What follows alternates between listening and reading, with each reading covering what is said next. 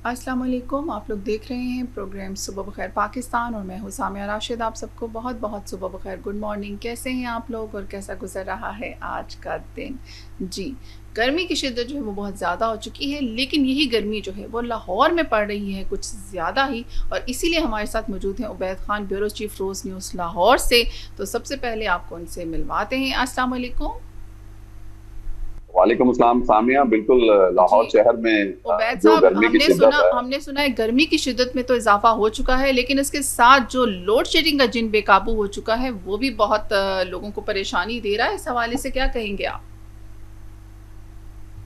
देखिए सामिया, जिस तरह से ही लाहौर शहर में हमेशा से हम देखते हैं कि गर्मी की शिद्दत के अंदर इजाफा होता है तो गैर एलानिया लोड शेडिंग का सिलसिला भी शुरू हो जाता है। हम्म। और आज दर्जा हरारत जो महकमा मौसमियात के मुताबिक मैक्सिमम रहेगा, जो ज्यादा से ज्यादा रिकॉर्ड किया जा रहा है, वो 45 डिग्री सेंटीग्रेड तक पहुंच सकता है। और कहा जा सकता है कि अच्छी खासी गर्मी है शहर के अंदर। हवाओं का दबाव इस वक्त काफी कम है, नमी के तनासुब के अंदर मुसलसल इजाफा हो रहा है, और जिसकी वजह से जो आम शहरी है वो पहले ही बहुत ज्यादा परेशान है। और उसकी अगर दूसरी जानिब बात की जाए तो अगर इस गर्मी बढ़ती हुई गर्मी के अंदर घरों के अंदर बिजली बंद हो जाए, कारोबारी निजाम जाहिर है बिजली बंद होने से मुअत्तल हो जाते हैं, लोग जो हैं वो परेशान हाल होते हैं। लाहौर शहर के अंदर जो गैर एलानिया लोड शेडिंग का सिलसिला है वो कई रोज से शुरू हो चुका है। बहुत सारे इलाके ऐसे हैं यहाँ पर जहाँ पर 8 से 6 घंटे तक बिजली मुसलसल बंद रहती है, और कहीं पर 4 घंटे, और कहीं पर वक्फे वक्फे से लोड शेडिंग का सिलसिला हमने देखा है कि 1 घंटा बिजली आती है तो 1 घंटा बिजली चली जाती है,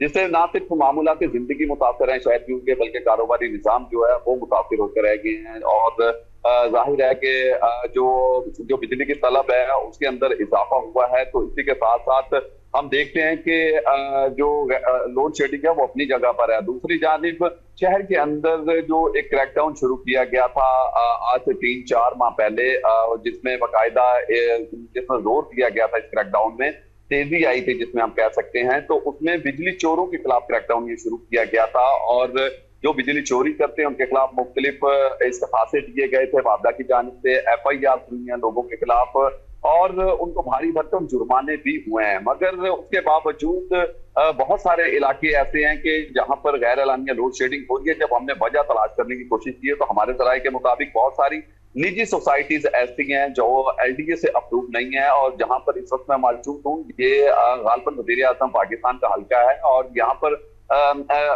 पर बहुत सारी सोसाइटीज ऐसी हैं कि जो अभी तक LDA से जो अप्रूव्ड नहीं है। तो जो कानून के मुताबिक जो SOPs बताई जाती हैं, तो जो सोसाइटियां रजिस्टर्ड नहीं होती हैं, LDA से अप्रूव नहीं होती है, वहां पर जो बिजली है वो बहाल नहीं हो सकती है। इनको नॉन इलेक्ट्रीफाइड एरिया कहा जाता है।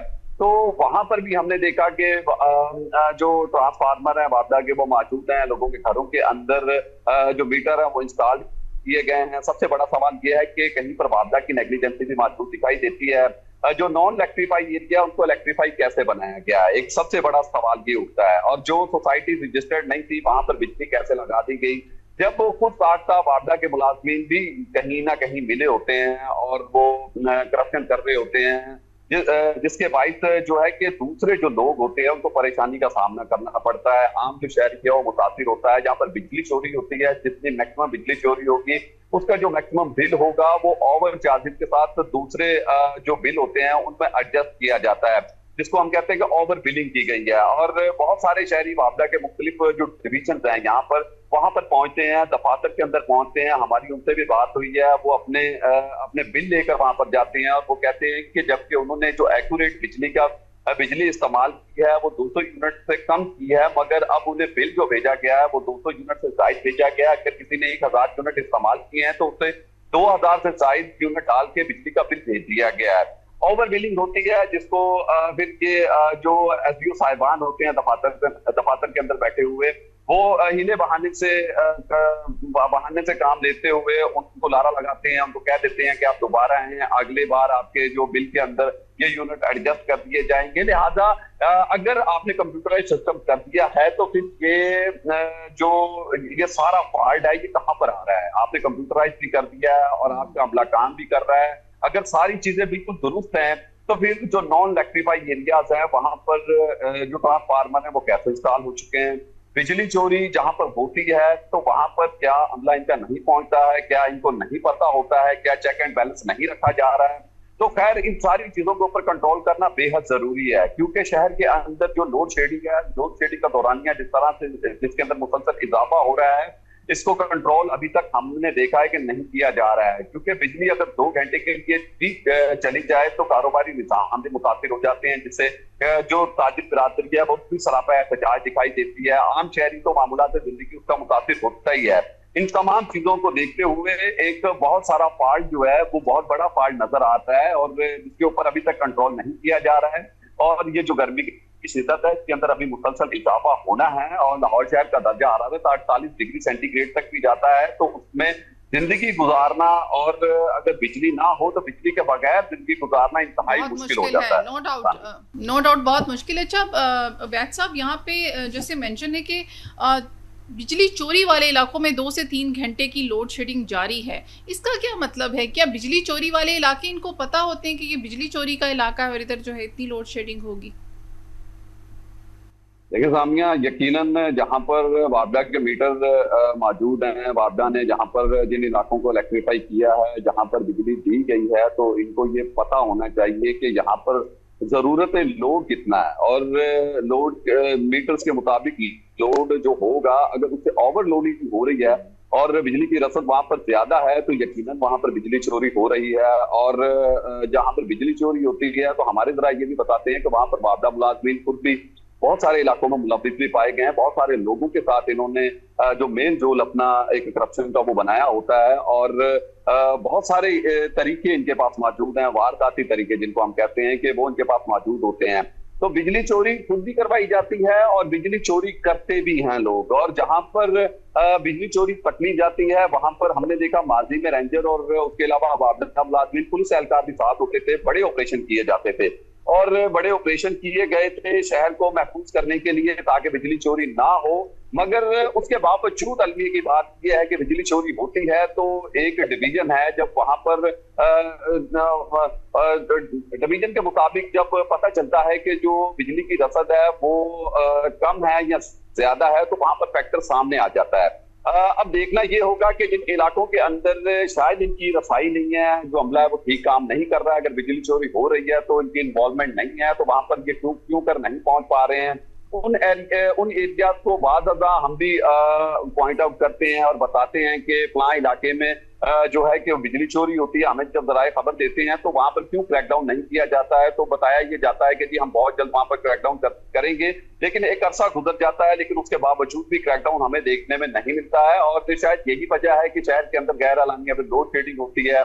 जिन इलाकों में बिजली चोरी होती है वहां पर तो खासी लोड शेडिंग होती है, जिससे जो चोरी करता है उसके खिलाफ कार्रवाई नहीं होती है। जो आम शहरी होता है लोड शेडिंग की वजह से जो मुकम्मल बिल अदा कर रहा है वो खैर मुतासिर होता है, उसकी जिंदगी जो है वो मुतासिर होती है। ये सबसे बड़ी अलमी की बात है कि जिसमें आम शहरी भी पिसता हुआ दिखाई दे रहा है हमें, और जो बिजली चोरी करता है उसने तो सजा भुगतनी है, लेकिन आम शहरी क्यों सजा भुगते जो बिजली का बिल अपना पूरा अदा कर रहा है। और अब तो लोग ये कहते हैं कि हम बिजली इस्तेमाल नहीं करते हैं, घरों में बिजली आती नहीं है लेकिन बिल आ जाते हैं और बिल भी भारी भरकम होते हैं जिनके अंदर मुख्तलिफ टैक्सेस होते हैं और ये वो बिल हैं जिनको आपने अदा करना ही है, वरना अगर आप अदा नहीं करेंगे तो आपका बिजली का मीटर काट लिया जाएगा। तो शहरी बहुत ज्यादा परेशान है, महंगी बिजली होने की वजह से भी और गैर एलानिया लोड शेडिंग की वजह से। जी उबैद साहब, लॉज भी हैं, पॉलिसीज भी हैं, बिजली चोरों के खिलाफ पनिशमेंट्स भी हैं, लेकिन उस पर इम्प्लीमेंट क्यों नहीं किया जा रहा? क्या इंतजामिया की तरफ ये कंप्लेंट्स गई हैं? देखिए, इंतजामिया की जानिब कंप्लेन मुतअद्दिद बार शहरी भी दर्ज करवाते हैं कि गैर एलानिया लोड शेडिंग हो रही है और बाज़ जब आंधी तूफान आता है, बारिश आती है या उसके अलावा तेज हवाओं के बाद बाइस भी जो तारे हैं वो खराब हो जाती हैं, ट्रांसफार्मर खराब हो जाते हैं, तो उस वक्त भी शहरियों को आमतौर पर घंटों लोड शेडिंग का सामना करना पड़ता है या किसी और वजह से लोड ज्यादा होने की वजह से तारें खराब हो जाती हैं। तो उसके बाद भी शिकायत शहरी दर्ज करवाते हैं कि जी जो बिजली है वो उनके इलाके में बंद है। वहां पर अमला घंटों बाद पहुंचता है। कहा यह जाता है कि जी हमारे पास हमारे जो डिवीजन है वहां पर अमला शॉर्ट है, नई भर्तियां नहीं हुई हैं, जिसके बाइस अमला ना होने की वजह से तो वहां पर घंटों भी लग जाते हैं कि बिजली को मुकम्मल बहाल करने के लिए। एक तो शिकायत ये है, दूसरी जानिब शिकायत ये है कि शहरी आम तौर पर आप भी शिकायत दर्ज करवाते हैं कि हमारे इलाके के अंदर जो लोग हैं वो कुंडियां डालकर बिजली चोरी कर रहे हैं, तो उनके खिलाफ क्रैकडाउन किया जाए। तो वापदा के मुलाजमीन वहां पर नहीं पहुंचते हैं, तो इसमें उनकी नेग्लिजेंसी है, साफ बातें नजर आता है कि कोई ना कहीं कोई खराबी जरूर है। और दूसरी जानिब बात की जाए तो शहर के अंदर गैर एलानिया लोड शेडिंग हमेशा, जब जाहिर है कि जो बिजली की रसद है उसके अंदर इजाफा होता है तो उसमें गैर एलानिया लोड शेडिंग हमें देखने में मिलती है, मगर माजी में हमने काफी कम गैर एलानिया लोड शेडिंग देखी थी। इस बार तो लोड शेडिंग के अंदर मुसलसल इजाफा हो रहा है। शायद एक वजह यह भी है कि जिसमें कहा जाता रहा कि आप एनर्जी को सेव करने के लिए फ्यूल को सेव जरूर करें ताकि एनर्जी जो है वो सेव की जा सके। एक फैक्टर ये अपनी जगह पर मौजूद है, लेकिन दूसरी जगह पे अगर हम बात करें तो शायद गैर एलानिया लोड शेडिंग की वजह ये भी है कि जो लोग हैं वो बात नहीं आ रहे हैं और मुख्तलिफ इलाकों के अंदर बिजली चोरी हो रही है जिसके ऊपर कंट्रोल नहीं किया जा रहा है। जी उबैद साहब, थैंक यू सो मच। वाकई जी, लोग भी बाज नहीं आ रहे और कोई भी बाज नहीं आ रहा, यहाँ पर बाज आना बहुत ज़रूरी है। तो ये बड़ा ज़रूरी हो चुका है कि हम लोग इस बात को समझें कि इससे किसका नुकसान हो रहा है, इससे हमारे ही मुल्क का नुकसान हो रहा है। तो खुदारा इन चीज़ों को जो है लॉज का इम्प्लीमेंटेशन, पॉलिसीज़ का इम्प्लीमेंटेशन और साथ में हमारी अपनी इंडिविजुअल रिस्पॉन्सिबिलिटीज़ जो है उनका समझना बहुत ज़रूरी है। हमारे साथ अभी जूम पे मौजूद है राना उमैर, रिपोर्टर है रोज़ न्यूज़ से, और उनसे हम जानेंगे जी नए माली साल के बजट के हवाले से। अस्सलाम वालेकुम। जी वालेकुम सलाम मैम। जी राना उमैर साहब, बजट का इंतज़ार तो अब मैं नहीं कहूँगी क्योंकि आवाम को अब इंतज़ार नहीं होता बल्कि खौफ होता है कि ये अभी फिर हर दूसरे दिन ही बजट आ रहा होता है। तो अब ये वाला जो बजट है जिसकी इतनी धूम हो रही है, पता नहीं ये क्या तूफान लाएगा, तो क्या कहेंगे इस हवाले से? देखें, बजट का तो इंतजार करते करते जैसे वो एक कहावत है कि बेमौसमी बारिशें, तो बजट का भी यही सिचुएशन हो चुकी है। 2 दफा डेट चेंज हुई है, गुज़िश्ता रोज अगेन डेट चेंज हुई बजट की, पाकिस्तान इकोनॉमिक सर्वे की एंड जो पाकिस्तान इक्तसादी कौंसिल का इजलास है उसकी। अब 2 से 3 चीजें हैं जो इम्पोर्टेंट हैं। सबसे पहले जो बजट की डेट है वो पहले 5 जून की गई थी, देन उसको आगे किया गया, फिर 12 जून की गई, अब जो है वो 10 जून की गई। अब थर्ड टाइम जो है वो बजट की गुज़िश्ता रोज इतलात मौसूल हुई, चूंकि कौमी इक्तसादी कौंसिल का इजलास गुज़िश्ता रोज 3 बजे रखा गया था। जब इक्तसादी कौंसिल का इजलास मौखर किया गया, चूंकि पीपल्स पार्टी और जो हुकूमत है उनके कुछ तहफ़्फ़ुज़ात हैं बजट को लेके, कुछ फंड्स को लेके, उसकी वजह से इक्तसादी कौंसिल का इजलास मौखर हुआ। जब वो इजलास मौखर हुआ तो फिर बजट की जो डेट दी गई थी 10 जून, अब वो भी आगे चली गई। आज वजारत खजाना की जानिब से बाकायदा अनाउंसमेंट की जाएगी बजट की डेट की। जो इतलात मौसूल हुई सोर्स के मुताबिक वो 12 जून मौसूल हुई है, जुमे के रोज। देखना होगा वजारत खजाना आज क्या डेट अनाउंस करता है। जो कौमी इक्तसादी कौंसिल का इजलास है वो अब कल होगा, जिसमें 2 से 3 चीजें आपको बताऊंगा। एक तो यह है कि सूबों की तरफ से वफाक को 1700 अरब देना है और उस 1700 अरब के लिए एक कमेटी तश्कील दी जाएगी। वजीर खजाना के मुताबिक वो कमेटी भी आज ही तश्कील देनी है, उसका भी इजलास आज होगा। तो आज और कल ये 2 अहम दिन है जिसमें इक्तसादी कौंसिल इजलास कल होगा, बजट की डेट अनाउंस होगी और बजट से एक दिन पहले पाकिस्तान इकोनॉमिक सर्वे जो जारी किया जाएगा 2025-26 का, तो वो भी आज अनाउंस होगा। ओके, तो आपने कहा कि जी जो बजट है इसकी डेट जो है वो 12 जून और ये जो फ्राइडे आ रहा है, कमिंग फ्राइडे, इस पे ये अब अनाउंस हो गई है, होगी। तो जुम्मातुल मुबारक पे यानी कि मुबारक घड़ी आएगी, तो आपको क्या लगता है इसमें गरीब लोगों के लिए क्या, अब जब डेट चेंज हुई है तो शायद कुछ पॉलिसीज चेंज कर लें, शायद गरीब लोगों के लिए कोई रिलीफ ले आएँ, क्या कहते हैं आप? देखें, पॉलिसीज और जहां रिलीफ की बात है तो चीजें सॉर्ट आउट हो चुकी हैं, सारी कंप्लीट आउट हैं। अब जस्ट हतमी मंजूरी काबीना इजलास में होगी, जो कि बजट से कुछ देर कबल ही इजलास होगा पार्लियामेंट हाउस में। जैसे मैंने बताया कि जो बजट की डेट अभी सोच से मौसूल हुई है वो 12 जून बताई जा रही है। अभी तक चूंकि डेट का फाइनल नहीं आया कि बजट 12 को होगा या फिर आगे नेक्स्ट वीक में किया जाएगा, चूंकि 2 से तीन चीज़ें जिस पे तहफ़्फ़ुज़ात, एक मैंने बताया पीपल्स पार्टी और पाकिस्तान जो वफाक जो हुकूमत है उसके बीच हुए। कल भी एक अहम मुलाकात हुई जिसमें वज़ीर ख़ज़ाना भी शरीक थे, वज़ीर दाखिला थे, नायब वज़ीर आज़म इसहाक़ डार थे, सदर मुमलिकत से आसिफ अली ज़रदारी से मुलाकात हुई वज़ीर आज़म की। तो बजट के हवाले से ही इन चीज़ें डिस्कस हुई, किस चीज़ में, चूँकि पीपल्स पार्टी जो है वो रिलीफ की ही हमेशा बात करती है, जो लोअर तबका है उसी पे कुछ तहफ़्फ़ुज़ात हैं कुछ फंड्स के हवाले से, और जैसा आम पब्लिक को रिलीफ की बात की जाए तो वो इतना मुमकिन नहीं है, क्योंकि कुछ जो हमारा इकोनॉमिक फ्रेमवर्क है वो डिस्टर्ब हुआ है। बजट के बाद कुछ पॉलिसीज आएंगी रिलीफ की, अभी बजट में कुछ कहा नहीं जा सकता। तनख्वाहों के हवाले से भी अभी हतमी फैसला नहीं किया गया, वो 10% बढ़ाई जाएंगी या 15%। जी, हमेशा ही जी इसी तरह होता है। हमने कभी गरीब आवाम को रिलीफ मिलते नहीं देखा। जहाँ तक आपने बात की बजट की, तो मैं यही कहूँगी सिर्फ डेट चेंज होती है, आवाम के लिए कुछ अच्छी स्ट्रेटजीज़ नहीं चेंज हो रही हैं, और आई विश के ये हों। अच्छा जी, महंगाई जो है, मौजूदा इन्फ्लेशन जो है, उसने आवाम को इतना परेशान करके रखा हुआ है। तो आपकी डेफिनेटली, आप रिपोर्टर रोज़ न्यूज़ हैं और आप पब्लिक की राय ज़रूर देखते होंगे और लेते होंगे। तो क्या कह रही है आवाम, किस तरह से वो देख रही है इस आने वाले बजट को? देखिए, हमने सर्वे किया था पब्लिक के साथ, जो दुकानदार हैं, रेडियो वाले हैं, जो ताजर, इवन के हमने जो ताजर हैं, जो अच्छे खासे ताजिर हैं, उनकी जानिब से भी यही कहा गया कि रिलीफ के हवाले से बहुत कम चांसेस हैं, और जो गरीब लोअर तबका लोग हैं, जो रेडी वाले हैं, फ्रूट वाले हैं, जो दुकानों वाले हैं, उनका यही कहना था कि हमें सिर्फ रोटी कपड़ा, जो डेली की बेसिक नेसेसिटीज हैं, डेली की बेसिक नीड्स हैं, वो ही हमें जो है वो प्रोवाइड कर दी जाए, वो भी कम रेट पर। कल ही वर्ल्ड बैंक की रिपोर्ट आई थी जिसमें उन्होंने कहा था कि दिसंबर तक जो महंगाई की शरह है वो 8.4% अगर जाएगी तो पाकिस्तान के जो हालात हैं वो मजीद गंभीर होंगे, दुकानदार तबका परेशान होगा, जो फ्रूट और रेडी वाला है। चूंकि किसी भी कंट्री में देखा जाए तो जो लोअर तबका होता है, इफेक्ट उसी पे क्रिएट होता है। जब इफेक्ट क्रिएट तो उनकी मुश्किलात, उनकी जो प्रॉब्लम्स हैं वो मजीद बढ़ती हैं। जब प्रॉब्लम्स बढ़ती हैं तो फिर जो सोसाइटी है वो दूसरी तरफ चली जाती है। क्योंकि हमेशा हम रिलीफ की ही बात करते आए हैं, जितने भी इकोनॉमी के जो रिपोर्टर्स हैं, पॉलिसीज के हवाले से वजीर खजाना से भी मुशावरत की गई, उनको पॉलिसीज जनरेशन का कहा गया, लेकिन ताहाल अभी तक जो रिलीफ की बात है वो मुमकिन नहीं है।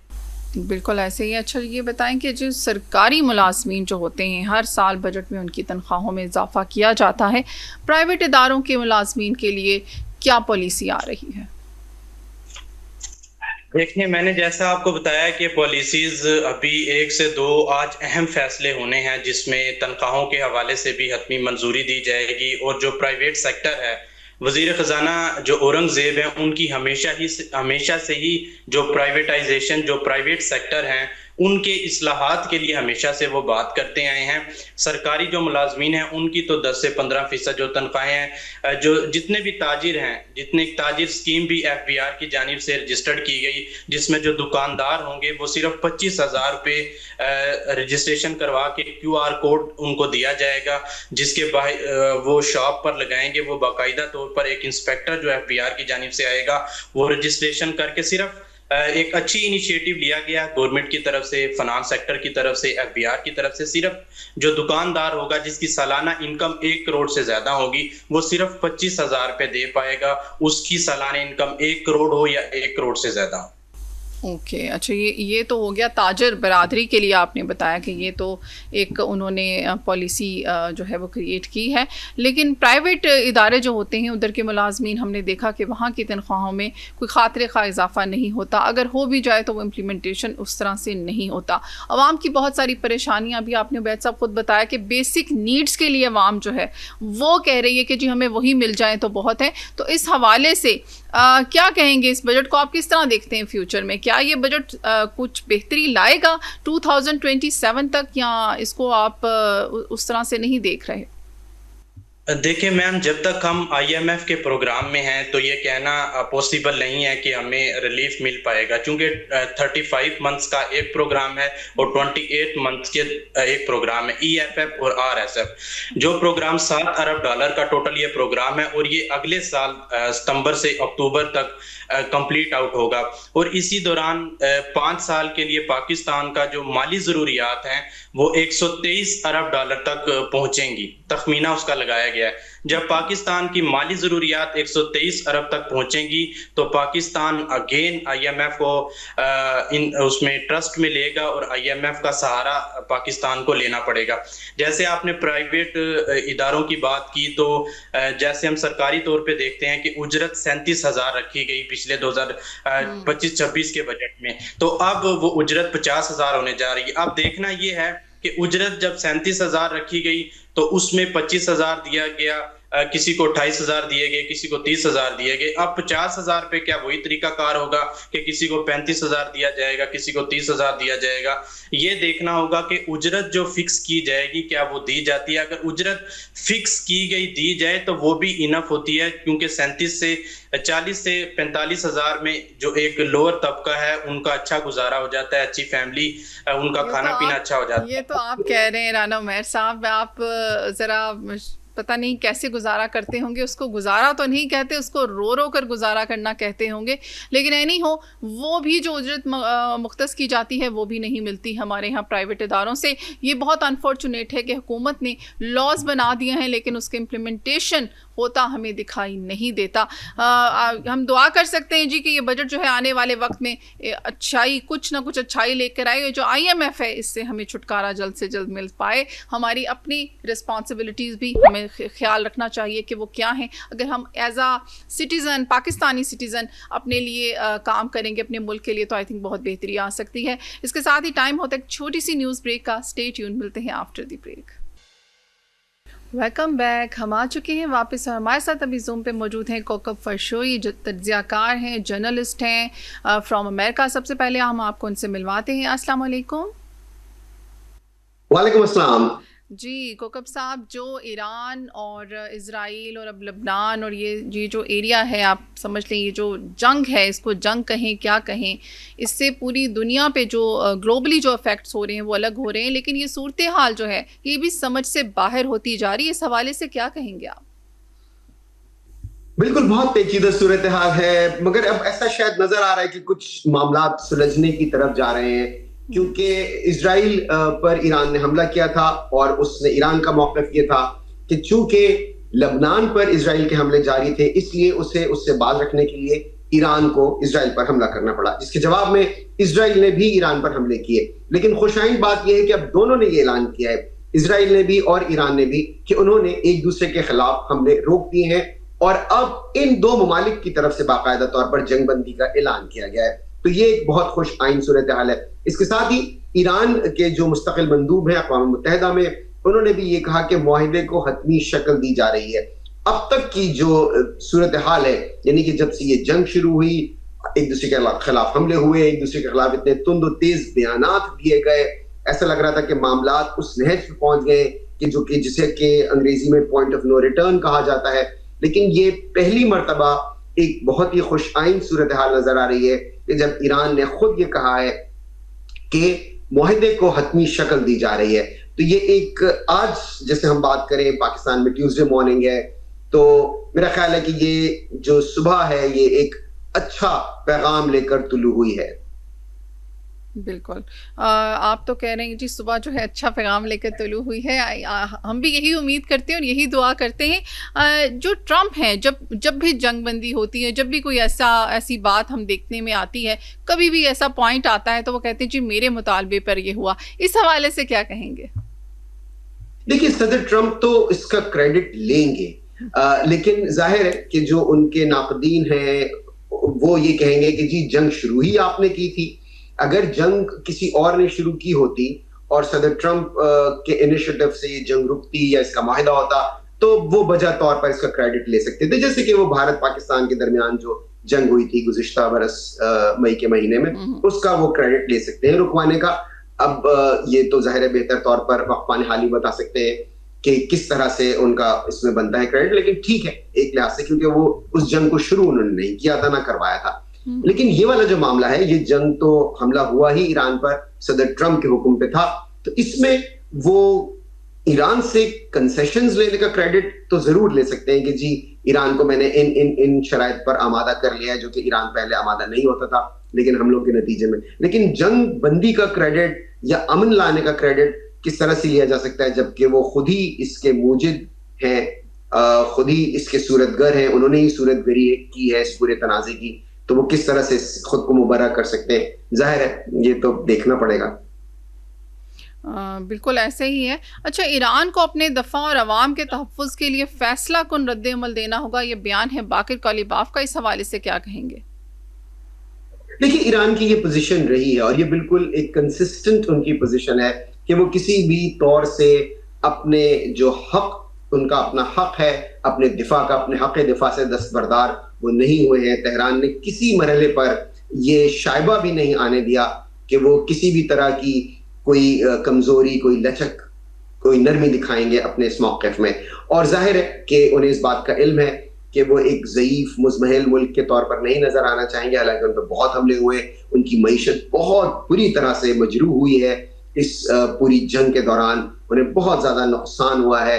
ज़ाहिर है जानी नुकसान तो अपनी जगह है, वो तो नाकाबिल तलाफी है, उनका माली नुकसान भी बहुत ज्यादा हुआ है, लेकिन उनका जो मौक़िफ़ है कि वो अपने हक़ दिफा से दस्तबरदार नहीं होंगे, और वो तो उससे एक कदम आगे निकल गए। देखिए, दुनिया की तारीख में जो हालिया, अगर हम गुज़िश्ता 40-50 बरस की तारीख देखें तो उसमें अमेरिका वो वाहिद मुल्क है जिसने किसी तीसरे मुल्क की खातिर किसी और मुल्क पर हमला किया हो। यानी कि जब कुवैत पर सद्दाम हुसैन ने हमला किया था तो अमेरिका ने उसके दिफा में आकर इराक पर हमला कर दिया था।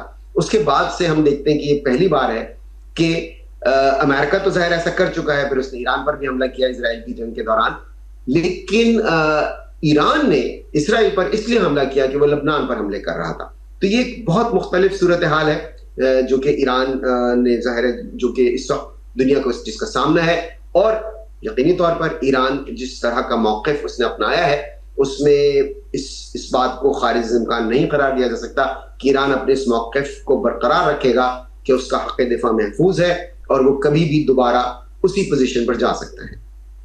जी बिल्कुल, ये जो आपका तज्ज़िया है डेफिनेटली ये इसी तरह से जो है होगा। अब हम इस पे वही कर सकते हैं क्योंकि अवाम जो है ना, आम अवाम हमारी पाकिस्तानी, वो बड़ी इमोशनल, बड़ी सेंटिमेंटल है। इसके साथ साथ आप ये देखें जी, हमास की जो बड़ी कामयाबी है, जिसको हमास अपनी बड़ी कामयाबी कह रहा है, इजराइल गज़ा में अबू सालम और रफ़ा क्रॉसिंग खोलने पर भी मजबूर हो गया है। क्या आप समझते हैं ये हमास की कामयाबी है? देखिए, इसमें तो कोई शुबा नहीं है कि जो खत्ते की पूरी सूरत हाल है उसमें जो जौहरी तब्दीली आई वो 7 अक्टूबर को जो हमास ने हमले किए थे। जाहिर है उसमें बहुत सी बेगुनाह जानें भी ज़ाय हुई, उसकी बहुत बड़े पैमाने पर उस पर तनकीद भी की गई, उसकी मजम्मत भी की गई। इस वक्त कम अज कम ये है कि हमास की वो वाली पोजीशन तो नहीं है जो 7 अक्टूबर से पहले थी, लेकिन हाँ, जो उसके फौरी बाद हो गई थी कि जिस वक्त इजराइल ने हमले किए थे, बहुत ज्यादा वहां हलाकतें हुई थी बहुत बड़े पैमाने पर। इस जंग से, यानी कि जिस तरह से दिफाई पोजीशन इख्तियार करने पर इजराइल को मजबूर किया है ईरान ने, उसमें यकीनी तौर पर हमास इस बात का तो कम अज कम वो क्रेडिट ले सकता है कि ये जो इस पूरी सूरत हाल को तब्दील करने के लिए जो शुरुआत उसकी हुई थी वो हमास ने की थी। लेकिन जो मौजूदा सूरत हाल है इसमें हमास के पास कोई बहुत ज्यादा लिवरेज नहीं है, और इजराइल पर जब तक अमेरिका की तरफ से कोई बहुत बड़ा दबाव ना आए, इजराइल, मैं नहीं समझता कि ईरान के दबाव पर हमास के मामले में कोई कंसेशन देने पर आमादा होगा। हिजबुल्लाह का मामला मुख्तलिफ है, लबनान का मामला मुख्तलिफ है, लेकिन गजा का मामला अमरीकी दबाव के बगैर इजराइल शायद कोई कंसेशन देने पर आमादा ना हो। ओके, अच्छा, आप नाए हरमज़ की जो बंदिश हुई यूरोपीय यूनियन, डेफिनेटली इसका पूरी दुनिया पे इफेक्ट हुआ है और हम सभी इसको फेस कर रहे हैं जो उसके कॉन्सिक्वेंसेस हैं। लेकिन जो इसके अलावा जो यूरोपीय यूनियन ने ईरानी इदारों को, जो अहम इदारे हैं उसके और जो उसकी अहम शख्सियात हैं, उनको ब्लैक लिस्ट करार दे दिया है, इस हवाले से क्या कहेंगे आप? देखिए, यूरोप मुतासिर हुआ है नाए हरमुज़ के बंद होने से, अमेरिका उस तरह बरह रास्त मुतासिर नहीं हुआ, लेकिन चूंकि तेल जो वहां से गुजरता है उसकी तरसील आलमी मंडी की जो कीमतें हैं उन पर असरअंदाज होती है, इसलिए अमेरिका को उसका ब्रेंट लेना पड़ा। यहाँ पर पेट्रोल की प्राइसेस बढ़ गई थी, ज़ाहिर है, और उसी के सबब वो यहाँ पे महंगाई पर मुंतज हुई, यहाँ पर दीगर चीजों की कीमतें भी बढ़ गई। लेकिन यूरोप उससे और ज्यादा मुतासिर हुआ। यूरोप में बहुत बहुत ज्यादा किल्लत पैदा हो गई, जो उनकी तवानाई के जराए हैं उन पर बहुत बुरी तरह से असर पड़ा। जेट फ्यूल की प्राइसेस बहुत ज्यादा बढ़ गई, एयरलाइन इंडस्ट्री मुतासिर हुई। तो जाहिर है कि उन्हें इस तरह का कोई इक़दाम ये दिखाना था कि उन्होंने इस जो ईरान का ये अमल था कि उसने आबनाए हॉर्मुज़ को बंद कर दिया था। यूरोप ने ये पैगाम दिया है कि बराह रास्त इस जंग से उनका कोई ताल्लुक नहीं था, वो ना हमले में शरीक थे, ना उन्होंने किसी तरह से अमेरिका की और इजराइल की एआनत की, लेकिन उसके बावजूद ईरान के इस इक़दाम से उन्हें जख्म पहुंची है, तो उसके जवाबी कार्रवाई के तौर पर उन्होंने की है। लेकिन देखिए, ईरान के लिए पाबंदियां कोई नई नहीं है। ईरान को तकरीबन 47 बरस से इस तरह की पाबंदियों का सामना कर रहा है, और यूरोप बहुत पेश है ईरान पर लगाई जाने वाली पाबंदियों में, उनके असासे मुंजमद बिल्कुल ऐसे ही है। जी, तो मेरा नहीं ख्याल कि इससे कोई बहुत सख्त पैगाम ईरान के लिए जाएगा या उसकी कोई पॉलिसी में तब्दीली आएगी। यही एक्सपेक्टेड भी था। इट मीन्स ये एक्सपेक्टेड भी था उनसे, और यही उन्होंने किया।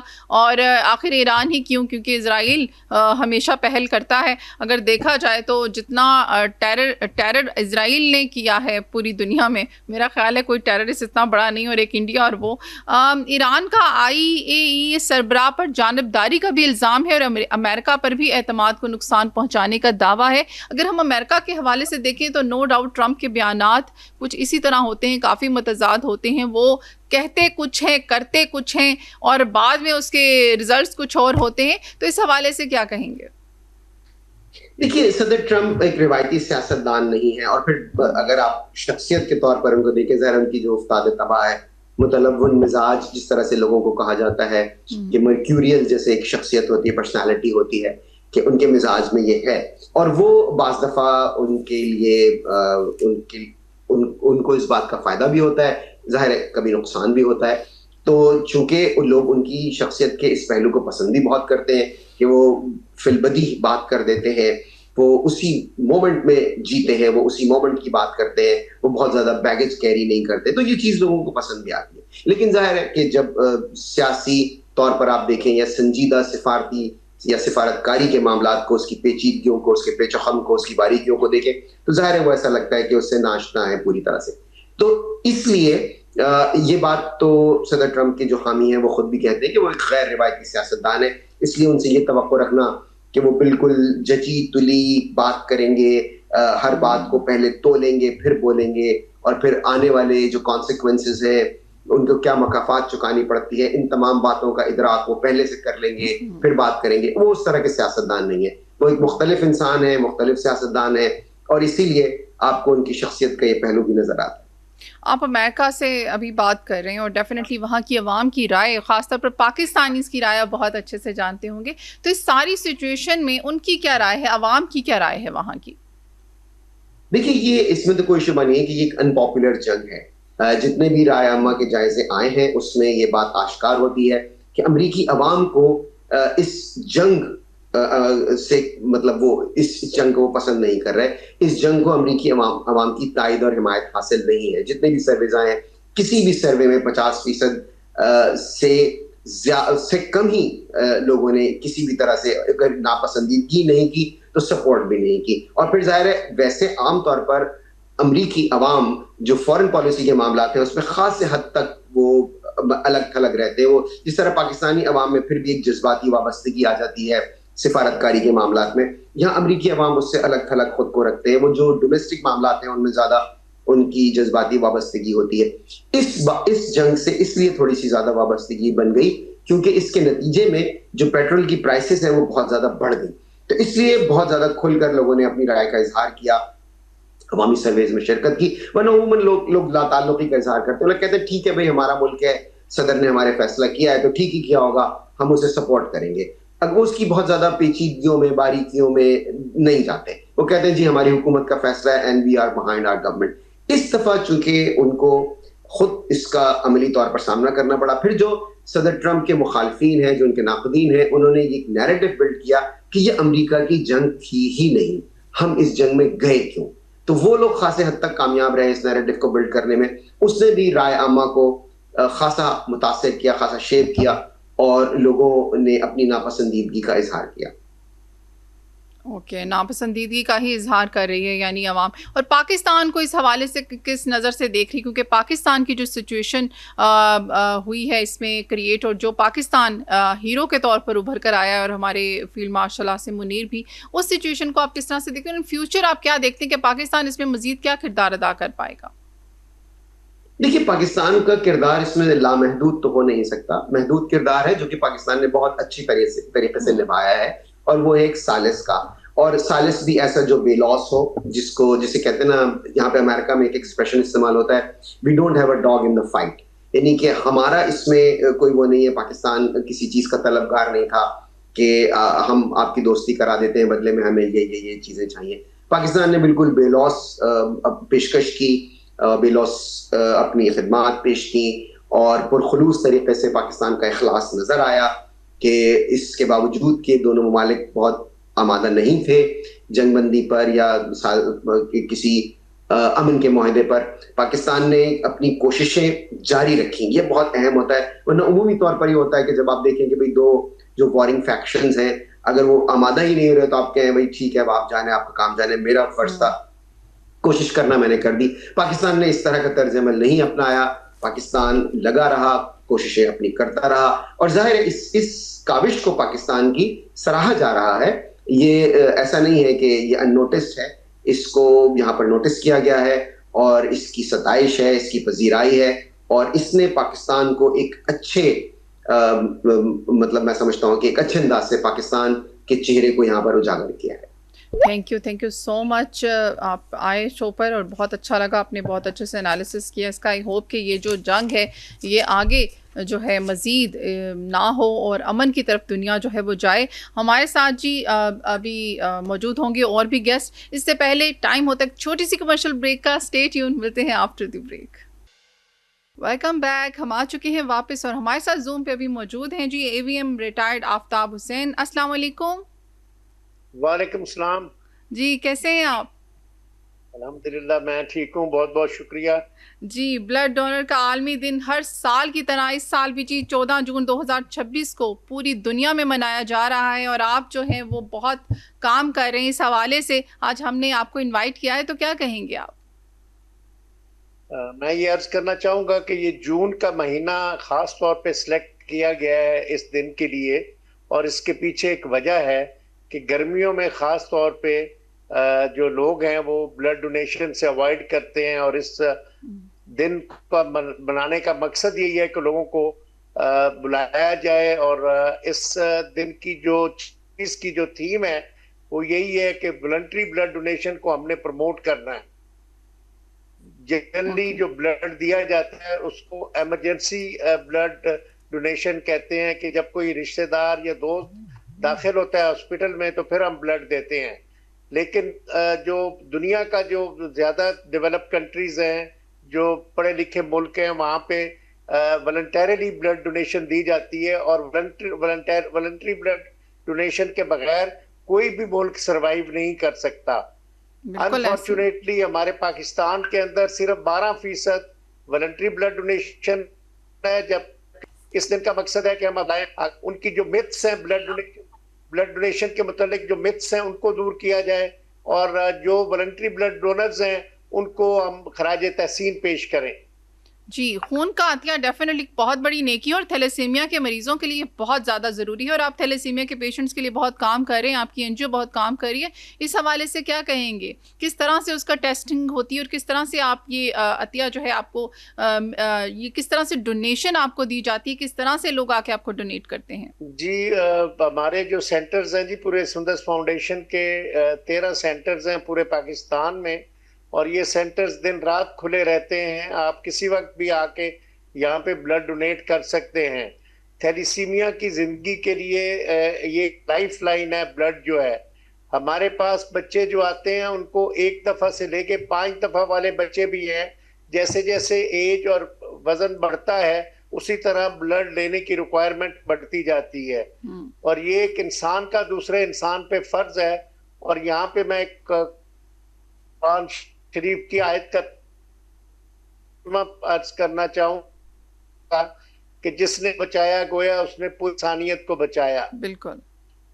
तो आपके पास डेफिनेटली सी बात है, इस तरह की लैब्स होनी चाहिए फिर, क्योंकि ये जो खून जो ब्लड डोनेट कर रहे होते हैं उनका वो कितने सेहतमंद हैं या उनका ब्लड इस काबिल है कि वो डोनेट हो या नहीं हो, ये सारा एक प्रोसेस होगा एक लंबा। कि हमारे पास पूरा ब्लड बैंक है, लैब है और एक स्पेशलिस्ट रूम है ब्लड डोनर्स के लिए, जिसमें उनके लिए चेयर्स भी रखी हुई हैं जो कन्वीनियंट हो ताकि जब वो ब्लड डोनेट करें। और यहाँ पे एक अच्छा माहौल है और सुंदस के हर सेंटर के अंदर ये फैसिलिटी अवेलेबल है। आप जिस वक्त आएंगे, इसका टोटल दौरानिया सिर्फ 35 मिनट्स है, जिसमें मेडिकल इन्वेस्टिगेशन होगी आपकी, पूरा आपका मेडिकल चेकअप किया जाएगा डोनेशन से पहले, उसके बाद डोनेशन के दौरान आपको कंफर्टेबल रखा जाएगा और उसके बाद 10-15 मिनट का रेस्ट देने के बाद हम आपको रिलीव करेंगे।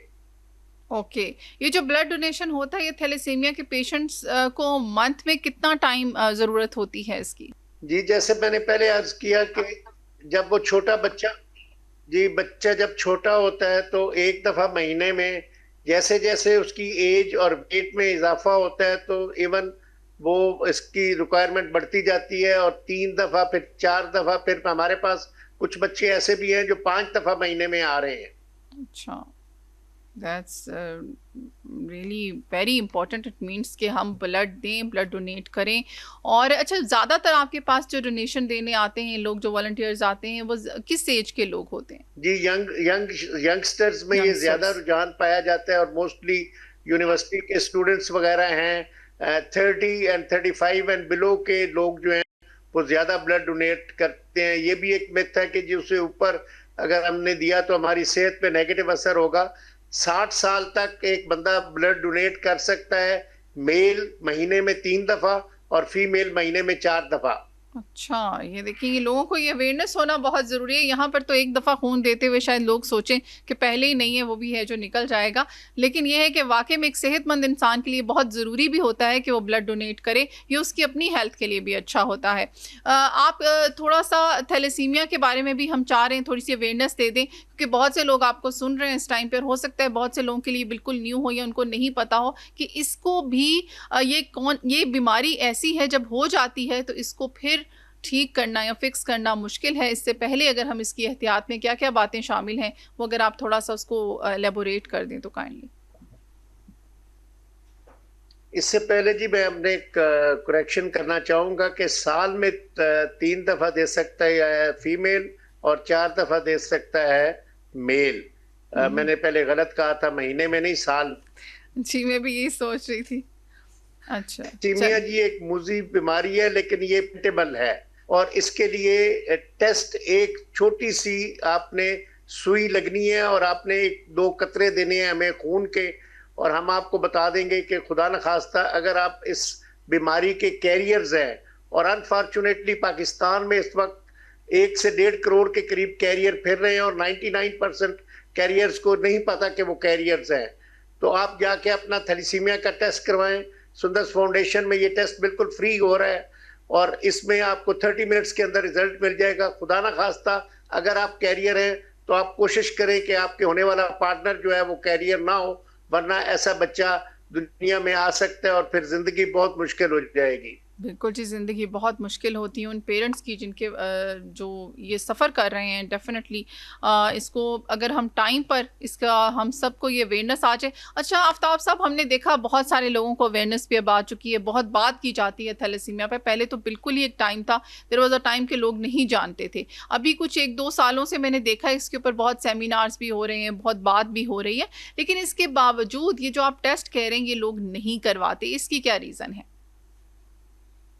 इसकी जी यही जो वजह आप बता रही हैं कि जी अवेयरनेस की कमी है, आगाही की कमी है, और इस बीमारी की कि कितनी ये लीथल, कितनी मुज़ी है, उसका अंदाजा लोगों को नहीं है।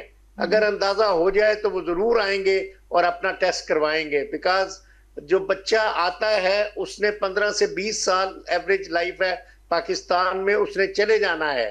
और आपका जो है, मैंने देखा है कि हमारे मुआशरे के अंदर मेल फीमेल दोनों रिस्पॉन्सिबल होते हैं इस बच्चे को पैदा करने के, लेकिन ब्रेक ऑफ मैरिजेस भी के केसेस भी देखे गए हैं जिसमें मेल ने फीमेल पे ब्लेम करते हुए इसको डाइवोर्स कर दिया है। तो ये एक बड़ी डिफिकल्ट टास्क है। इस सारी चीजों से बचने के लिए एक छोटा सा टेस्ट आप आए और जरूर करवाएं। जी, जी, बिल्कुल, ये अवेयरनेस होना ज़रूरी है, लेकिन जिन लोगों को अवेयरनेस है, जैसे हमने सुना था कि ये निकाहनामे में आई थिंक इसकी शक जो थी वो रखी गई, लेकिन हमने देखा कि लोग इसको भी इम्प्लीमेंट नहीं करते। तो इसके ऊपर कोई कानून या लॉ पास हो रहा है कि ये बिल्कुल हर तरह से इसको इम्प्लीमेंट करवाया जाए? जी बिल्कुल जी, हमारी कोशिश है कि इसको नादरा के साथ अटैच कर दिया जाए। और जब आप अपना बे फॉर्म लेके जाएं तो थैलीसीमिया का टेस्ट भी जो डेजिग्नेटेड हॉस्पिटल्स हैं और अदारे हैं वहाँ से आप लेके साथ जाएं। ये प्रैक्टिस आपकी इतला के लिए और सामीन के नाजरीन के लिए कि कराची में शुरू हो चुकी है और नादरा के साथ थैलीसीमिया के डेस्क लग गए हैं और वहाँ पे ये टेस्ट शुरू हो गया है। अच्छा, दैट्स रियली ग्रेट कि अगर ये कराची में शुरू हो गया है तो हम यही चाहेंगे कि ये पाकिस्तान के हर सूबे में शुरू हो, हर प्रोविंस में ये स्टार्ट हो जाए, क्योंकि जो अच्छा काम होता है वो पूरे मुल्क में होना चाहिए। तो thank you so much Aftab साहब, बहुत अच्छे से आपने एक्सप्लेन किया। और आई विश जी के लोग जो हैं इस बात को समझें कि ब्लड डोनेशन कितना इम्पोर्टेंट है और ये आपको देना चाहिए। अगर आप सेहतमंद हैं तो आपकी सेहतमंद ज़िंदगी भी यही चाहती है कि आप ब्लड डोनेट करें। और इसको आई थिंक ईयर में 3 टाइम्स होता है, तो आप ज़रूर दें। इसको देने से आपकी भी सेहत अच्छी होती है जब आप एक ऑलरेडी सेहतमंद इंसान हैं तो और जिसके लिए दे रहे हैं उसकी दुआएं भी लगती हैं। आपने देखा कि कितनी ज़रूरत है, जैसे थैलेसीमिया के पेशेंट्स जो हैं वो वेट कर रही होती हैं, उनकी निगाहें मुंतज़िर होती हैं कि कब ब्लड आएगा और उनको लगेगा और वो सांस ले पाएंगे। तो अल्लाह का शुक्र अदा करें अगर आपके पास ये नेमत है, ग्रेटफुल होना सीखें। इसीलिए मैं हमेशा कहती हूँ कि सुबह उठें तो सबसे पहले अल्लाह का शुक्र अदा करें उन नेमतों पर जो आपके पास है। Thank you so much Aftab साहब, बहुत अच्छा लगा। बहुत शुक्रिया जी। इसके साथ ही जी आपके साथ शेयर करेंगे जी सलामती कौंसिल इजलास के हवाले से कि पाकिस्तान ने तालिबान से ठोस इक़दामात का मुतालबा कर दिया है। अक़वाम मुत्तहिदा की सलामती कौंसिल के इजलास में अफ़गानिस्तान की सूरत हाल पर पाकिस्तान के मुस्तकिल मंदोब सफ़ीर आसिम इफ्तिखार अहमद ने तफसीली बयान देते हुए अफ़गानिस्तान से सरहद पार दहशतगर्दी, तालिबान की नाकामियों और इलाकाई सलामती के खदशात पर तशदीद तशवीश का इजहार किया है। सफ़ीर आसिम इफ्तिखार ने UNAMA की कायम मकाम खसूसी नुमाइंदा जॉर्जेट गैंगनन, नाइब सरबराह और दीगर हुकाम की ब्रीफिंग्स पर शुक्रिया अदा करते हुए सेक्रेटरी जनरल की रिपोर्ट का नोटिस लिया। उन्होंने कहा कि तालिबान के इक़्तिदार में आने के तकरीबन निस्फ दहाई बाद भी जो है अफ़गानिस्तान ना तो मुकम्मल अमन की तरफ बढ़ सका है और ना ही अपने हमसाया ममालिक के साथ पायदार इस्तेहकाम हासिल कर सका है।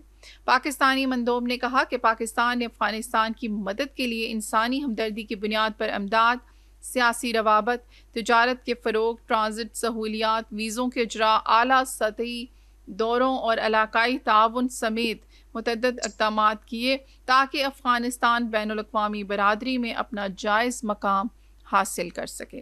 उन्होंने कहा कि दहशतगर्द गिरोहों को जदीद हथियारों और ड्रोन्स तक रसाई हासिल है, जिनमें वो असला भी शामिल है जो अफ़गानिस्तान से गैर मुल्की अफ़वाज के इनखला के दौरान छोड़ा गया था। अब तक इंसदाद दहशतगर्दी कार्रवाइयों में ऐसे हथियारों की ज़ब्ती के 290 से ज़ायद वाक़यात रिपोर्ट हो चुके हैं। सफ़ीर ने कहा कि तालिबान की जानिब से दहशतगर्द गिरोहों की खुली मजम्मत से गुरेज और उनसे ला ताल्लुकी ना अख्तियार करना शदीद तशवीश का बायस है, जो इन गिरोहों के साथ मुमकिना मिली भगत की निशानदही करता है। तो ये तो थी जी सलामती कौंसिल में पाकिस्तान ने जो तालिबान से ठोस इक़दामात का मुतालबा किया, उस हवाले से हमने आपके साथ न्यूज़ शेयर की। अभी हमारे साथ जी मौजूद हैं आदिल अली, ब्यूरो चीफ रोज़ न्यूज़ कराची से। अस्सलाम वालेकुम। वालेकुम सलाम, कैसे हैं आप? खैरियत से हैं? जी हम ठीक है अल्हम्दुलिल्लाह। अच्छा जी, कराची समेत पूरे सिंध में बिजली और पानी के मसाइल और सड़कों का बुरा हाल, इस हवाले से आज हमने आपको बुलाया है। तो क्या कहेंगे, आवाम पहले ही महंगाई की वजह से बहुत परेशान है, ऊपर से ये मसाइल हैं और ऊपर से गर्मी, तो ये सारे मसाइल मिलकर आवाम का क्या हाल कर रहे हैं हम अंदाज़ा लगा सकते हैं। लेकिन आप वहाँ पर मौजूद हैं, क्या क्या आवाम की राय है और क्या कहेंगे इस हवाले से? देखिए, अवाम की जो राय है ना इस वक्त वो सिर्फ एक ही है कि वो सिर्फ एहतजाज के रास्ते ढूंढ रही है। सूबा सिंध की गवर्नमेंट इंतजामी तौर पर बहुत बुरी तरह से नाकाम हो चुकी है। अभी कुछ लोग, कल मैं सुन रहा था, कह रहे थे कि कब्रिस्तान कराची जो है वो प्रोजेक्ट्स का कब्रिस्तान है। आप प्रोजेक्ट बनाते हैं, रोड उखाड़ते हैं, उसके बाद उसको छोड़ देते हैं। तो इसी तरह से यहाँ पे अभी आप सेपको में देखें, सेपको में जैसे ही नए चेयरमैन की तकर्री हुई है, उसके बाद जो सेपको डिवीजन के तहत जो लोड शेडिंग थी उसमें मजीद इजाफा हो गया। मतलब ये सोचा जा रहा था कि भाई एक कॉम्पिटेंट अथॉरिटी जो कि पाकिस्तान पीपल्स पार्टी में कदावर शख्सियत है, उनके तवज्जुह से जो चेयरमैन लगे हैं वो शायद अवाम को रिलीफ फराहम करें, और एक और बोर्ड मेंबर भी जो है इंतहाई मारूफ सियासी फैमिली से ग्रेड किया गया। तो शायद ये समझा जा रहा था कि सक्खर हैदराबाद शिकारपुर के जो डिवीजन ज्यादा है जो वहां पे शायद कोई रिलीफ फराहम किया जाए, लेकिन बदकिस्मती से नतायज इसके बरअक्स हैं। कराची का तो अलमिया मेरा ख्याल है कि हम सानादरीन वहां सुनाते रहते हैं, सड़कें अल्लाह का शुक्र है कि बनने का नाम नहीं ले रही। मैं बस शुक्र करूंगा, मतलब मुस्तकिल मिजाजी देखें आप तो कुरान जमात की कि वो मुस्तकिल मिजाजी से इस चीज को इतना प्रोलॉन्ग कर रहे हैं कि उनको कोई इससे कंसर्न नहीं है। बदकिस्मती है कि हमारे जो मुंतखब नुमाइंदे हैं या जो इस सूबाई हुकूमत बैठी हुई है वो आवाम से रिलेवेंट है। मेरा ख्याल है कराची उनका सब्जेक्ट नहीं है। और थोड़ा सा सिंध में मतलब अगर मैं कहूँ तो आवाम का भी जो है ना वो बहुत बड़ा इसमें रोल है कि हम भी अपने लोगों को मुंतखब करते हुए सिर्फ वो रोटी कपड़ा मकान के नारे को देखते हैं, सरकारी नौकरी को देखते हैं। हम भी ये नहीं देखते कि हमारे गांव में सड़क पक्की है नहीं है, गैस की सप्लाई आ रही है नहीं आ रही, पानी आ रहा है नहीं आ रहा। हमें बस एक सरकारी नौकरी चाहिए होती है सिंध सेक्रेटरीट में। तो सिंध सेक्रेटरीट में नौकरी के लालच में अगर हम किसी इलाके के वडेरे किसी बासर शख्स के कहने पर वोट दे देंगे और नुमाइंदों को मुंतखब कर देंगे और उनकी हुकूमत तश्कील पा जाएगी, तो मेरा ख्याल है अवाम तो उनके लिए सेकेंडरी रहेगी और अवाम का दर्द उनको नहीं है। तो यहाँ पे दो तरफा चीजें, हुकूमती बहसी अपनी तरफ एक तरफ, लेकिन उसी के साथ अवाम भी जो है वो अपनी क़यादत को मुंतखब करने में किसी भी तरह से कोई इतनी मुतहरिक नजर नहीं आती कि वो ये सोचे कि तब्दीली सूबा सिंध में आ सकती है। मतलब वो एक जमाने में शायद पीर साहब से कहा था किसी ने, पीर बकारा साहब से, कि पीर साहब आप इतने मारूफ शख्सियत हैं, आप इतने चाहने वाले हैं, मुरीदेन हैं, आप बाज़ाब्ता तौर पर हुकूमत क्यों नहीं बनाते, तश्कील देते। हालांकि फंक्शनल लीग पीर बकारा साहब की हुकूमत रही है सूबे में, एक आध बार उनका वजीर लगा है, वो कैबिनेट का हिस्सा भी रहे, लेकिन किसी ने कहा था कि यार लोग कहते हैं कि जान पीर साहब ये वोट बुटे थे। तो जब तक अनफॉर्चुनेटली भुट्टो साहब का जो नाम इस्तेमाल होता रहेगा और उनके नाम पे सियासत होती रहेगी, मेरा ख्याल है कि अवाम को जज्बाती करके अभी तो पीपल्स पार्टी गिलगित बल्तिस्तान में भी आपको पता है, मैं आ रहा हूँ उस तरफ, मैं आ रहा हूँ उस तरफ। तो हम जब तक अवाम को दिला तीर बजा पे हम उनको जज्बाती करके मतलब वो कहते हैं ना कि नचवाते रहेंगे, तो तब तक तो जो ये काम चलता रहेगा। मेरे अपने पॉडकास्ट में एक सीनियर सियासतदान मुस्लिम लीग नून के, उन्होंने मुझे कहा था कि यार अगर आप नवाज शरीफ के 9 साल निकाल दे तो पीछे रह क्या जाता है। मैंने कहा सर आप बता दें। वो कहते हैं बोलो किले, मैंने कहा ठीक है, गोरों की पटड़ियां, मैंने कहा ठीक है, जमात इस्लामी के नारे, मैंने कहा ठीक है, पीपल्स पार्टी के नारे, मैंने कहा ठीक है, पीटीआई के ठुमके। सॉरी टू से दैट कि उनके अल्फाज ये थे। तो सूबा सिंध में जो हाल है इस वक्त वो तो सभी को नजर आ रहा है और मेरा ख्याल है पुरसान हाल कोई नहीं है। उसके बरअक्स आप ये देखें कि पीपल्स पार्टी ने आपको सरप्राइज दिया। मतलब पीपल्स पार्टी जो कि कल, मेरी अपनी स्टोरी है कल की, एक कदर गैर मारूफ सियासी जमात है, वो इस वक्त हालांकि ज़मीनी इंतखाबात हों या फिर ऐसे आजाद इंतखाबात होते हैं गिलगित बल्तिस्तान के, आजाद कश्मीर वगैरह के हों, ये वो इंतखाबात होते हैं जो कि मतलब हुकूमत के साथ जाते हैं। हुकूमत वक्त जो होती है इनके नॉट्स उन्हीं के साथ टाई होते हैं, क्योंकि इनको जो मराद फवायद हासिल होने होते हैं वो कौन से होते हैं। उसके बरअक्स मतलब एक बड़ी बर्फ जमी रही थी रजाई साहब के बीच, कहा जा रहा था कि भाई मामला ठन गए हैं। बिलावल भुट्टो साहब भी बड़े एग्रेसिव नजर आए और अपनी तकारीर में आसपास साहब भी नजर आई। नून लीग वालों ने भी कसर नहीं छोड़ी, उन्होंने भी अपनी पूरी कैंपेन्स की। सागरा साहब ने वहाँ पे बहुत कुछ फरमा दिया, फिर अल्लाह आपका भला करे मियां साहब भी आ गए, उन्होंने भी वही कहा, मतलब कि यार मुझे क्यों निकाला। तो हम इस चक्कर से आगे निकल ही नहीं पाए। पीपल्स पार्टी ने दोबारा नारे लगाए, दोबारा आसरे दिए, surprisingly they have clean sweep. अब यहाँ कराची के लोगों का तो ये कहना है कि भाई अल्लाह ताला गिलगित बल्तिस्तान वालों की खैर करे। कराची के लोग तो ये कहना है कि भाई अल्लाह ताला उनके खैर करे, क्योंकि उन्होंने तो कहा था कि हम गिलगित बल्तिस्तान को सिंध जैसा बना देंगे। अब ये तो एक खुली धमकी है। हमारे एक मारूफ सियासी रहनुमा ने कहा था यार ये बिलावल भुट्टो साहब धमकी देना बंद करे कि मतलब हम जो है वो सिंध जैसा बना देंगे। तो unfortunately there is no good president that we can set and that we can follow। हाँ, मतलब चंद चीजें ऐसी हैं जिनके ऊपर आप फख्र कर सकते हो, लेकिन वो चीजें आपकी आमदोरफ्त को, अशिया को, दोनों की तरसील को, आम जिंदगी की सहूलतकारी को, पानी की फराहमी को, बिजली की फराहमी को, गैस की फराहमी को कंपनसेट नहीं करती। अगर आपके पास NICVD सा इदारा है, आपके पास गम्बर्ट इंस्टीट्यूट है, आपके पास चंद यूनिवर्सिटीज हैं, तो ये इतनी काफी नहीं है कि वो आवाम की आम जिंदगी को कंफर्ट दे के उसको गुजारा कर सकें, उसको जिंदगी को आसान कर सकें। तो अल्लाह खैर करेगा। अब देखो क्या होता है। आपको लगता है कि पीपल्स पार्टी अब गिलगित बल्तिस्तान में भी जीत गई है जैसे, और हो सकता है कि वो सिंध में भी अब कुछ अच्छे काम करे और आवाम को रिलीफ मिल सके? देखिए पीपल्स पार्टी तो सुबह शाम कहती है कि हमारा मुकाबला किसी से है नहीं, हम तो इंटरनेशनल वर्ल्ड के साथ मुकाबला कर रहे हैं, ठीक है। शर्मिला फारूकी साहब कहती है कराची फॉर्मिंग पेरिस है। हाँ, जज्बाती तौर पर आप मुझसे भी कहें तो कराची मेरा शहर है, मेरे लिए पेरिस है। यूनिवर्सिटी रोड मेरे लिए, मतलब मैंने अपनी पूरी किताब में थ्योरी लिखी हुई, यूनिवर्सिटी रोड से मुझे इश्क है क्योंकि मैंने वहां पे चलना शुरू किया। I learn to walk over there.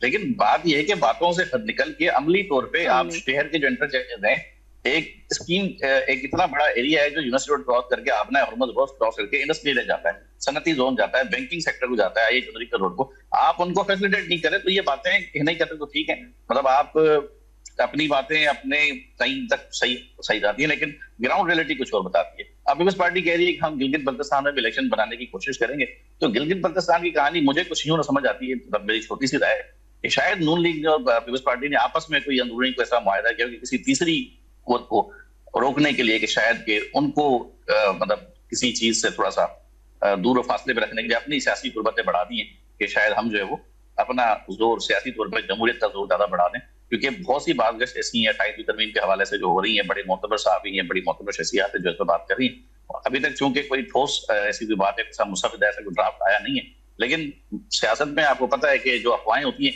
बाद में वही खबरें होती हैं, क्योंकि हम सेंटीमेंट डेवलप कर रहे होते हैं, हम अवामी रुझान, अवाम का रवैया, अवाम के जो टेस्टिमोनियल्स होते हैं वो जमा कर रहे होते हैं, बाद में उसी की बुनियादों पर हम फैसले ले रहे होते हैं।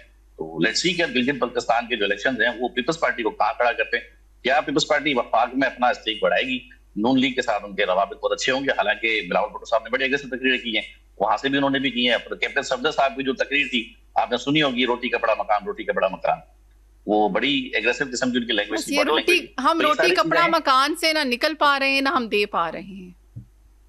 देखिए रोटी कपड़ा मकान देना रब का काम है, इंसान का नहीं, रोटी मेरे रब की है, ठीक है, ये तो कॉन्सेप्ट गलत है ना। अगर आप नहीं देखें वो तो फिर सारे काम ही रब के हैं ना, काम तो हमने करने हैं, इख्तियारात तो हमें दिए हैं। सियासत पैगंबरी पेशा है ना, अमूर रियासत उमूर खानादारी जो है वो आप अंबिया के जमाने से करते आ रहे हैं। जानदारी भी कोई चीज होती है, पब्लिक सर्विस और पब्लिक डिलीवरी भी कोई चीज होती है, आपको अगर अल्लाह को जवाब भी देना है। अगर आप जिंदगी में ये भूल जाओ कि आपके पास इस वक्त अख्तियार है और आप हाकिम वक्त हैं, अवाम बुलबुला रहे हैं, तो मेरा ख्याल है फिर आपका जो अंजाम है वो दीगर सियासतदानों की तरह ही होता है और आप किस्सा पारी न बन जाते। यहाँ कई ऐसे सियासतदान आए, कई सियासतदान गए, वो तारीख का हिस्सा बन गए, लेकिन कुछ चीजें ऐसी हैं जो जज्बाती तौर पर अवाम के दिलों में बसी हुई, इसलिए मेरा ख्याल है सिंध की अवाम बहुत नुकसान उठा रहे हैं। उनको सोचना होगा कि नारों से आगे निकल प्रैक्टिकली उनके इंतजाम की बागडोर किसके हाथ में होनी चाहिए, किसको देनी चाहिए, कौन उसे इंतजामी तौर पर बेहतर कर सकता है। आप अरबाब गुलाम रहीम साहब को दूर देख लें, one of the finest person, वो वजीर आला रहे, ठीक है। आप उसके बाद आप क्या कहते हैं जाम सादिक को देख लें, आप बहुत सारे लोग हैं जो यहाँ पे रहे, जिन्होंने काम किया है, लेकिन अब 18 साल से एक तो जमहूरियत की नफी है खुद है। जमहूरियत का मतलब है कि भाई आपने 5 साल बाद इक़्तिदार को खुद अपने हाथों से मुंतकिल करना है, आप नहीं कर रहे। आप कहते हो कि भाई हम पे एतमाद करें, अवाम कहती है हम तो आप पे एतमाद नहीं करें। गिलगित बल्तिस्तान में जो जियाले लेके जाएगा वो तो कराची के थे। अब मैं तो कल से सोच रहा हूँ यार जो जियाले कराची से ले जाए गए तो वोट फिर कहाँ से आएगा। तो अगर ये मैं सवाल ज्यादा खुल के करूंगा तो मुझे फिर रहना कराची में ही है, मैं तो सोच रहा हूँ यहाँ के थोड़ा जरा हल्का आखिर। जी आदिल साहब, अगर कराची में अगर पीपल्स पार्टी नहीं अगर आप समझते कि वो नहीं करी तो कौन सी पार्टी है जो सही काम कर सकती है? कोई नहीं, कराची कोई नहीं। कराची के लिए सियासत होती है, कराची के नाम पे सियासत होती है, कराची के लिए सियासत कभी भी नहीं होती। कराची का मसला बहुत टेढ़ा है, कराची के अंदर इंतजामी तौर पे हदबंदियां बहुत डिफरेंट है। यहाँ पे कैंटोनमेंट्स हैं, यहाँ पे लेवल हाउसिंग है, यहाँ पे फैसल कैंट है, यहाँ पे इंतजामी तौर पे बंटवारा जो है ना बहुत ज्यादा है। मतलब शेयर का कोई 40% जो है वो लोकल इंतजामिया के कंट्रोल में आता ही नहीं है। दूसरा यहाँ पे 18वीं तरमीम के नुकसान ये है कि भाई एक टाउन का चेयरमैन किसी जमात का, वाइस चेयरमैन किसी और जमात का, वो अगर गटर का ढक्कन भी लगवाते हैं तो रात को उनके लड़के दूसरे को उठा के ले जाते हैं एक दूसरे को जस्ट डिफेम करने के लिए। तो जब तक कराची के नाम पे सियासत होती रहेगी, कराची की आवाम बुलबाती रहेगी। कराची की आवाम के साथ कोई भी माजरत के साथ ताहाल कोई मुखलिस नहीं पाया। एमक्यूएम को बहुत बड़ा मैंडेट दिया गया। Thank you so much Adil साहब, आपने अपना एनालिसिस जो है हमारे साथ शेयर किया। वही बात है जी, आपकी जो बातें थी वो काफ़ी जो क्या कहें, अब हम सारी बातों को हटा कर अभी शो ख़त्म होने लगता है या शुरू होने लगता है तो मैं हमेशा पॉजिटिविटी की बात करती हूँ। तो हम दुआई कर सकते हैं जी कि अल्लाह करे कि पीपल्स पार्टी जो है वो आगे जो है वो वाकई में कुछ अच्छा करे। अब वो जीत गई, शायद उसको एहसास हो कि अब हम पर कितनी जिम्मेदारी है और हमें कराची को पहले फिक्स करना है, उसके बाद हम कुछ और कर पाएंगे। और कोई भी पार्टी हो पाकिस्तान की, चाहे वो कोई भी हो, चाहे हम इंडिविजुअली बात करें तो भी हमारी रिस्पॉन्सिबिलिटी पहले पाकिस्तान होना चाहिए, इसकी बेहतरी होनी चाहिए। Thank you so much. इसके साथ ही जी हमारे शो का टाइम ख़त्म होता है। बहुत सारी दुआओं के साथ इजाज़त चाहेंगे। अल्लाह हाफ़िज़।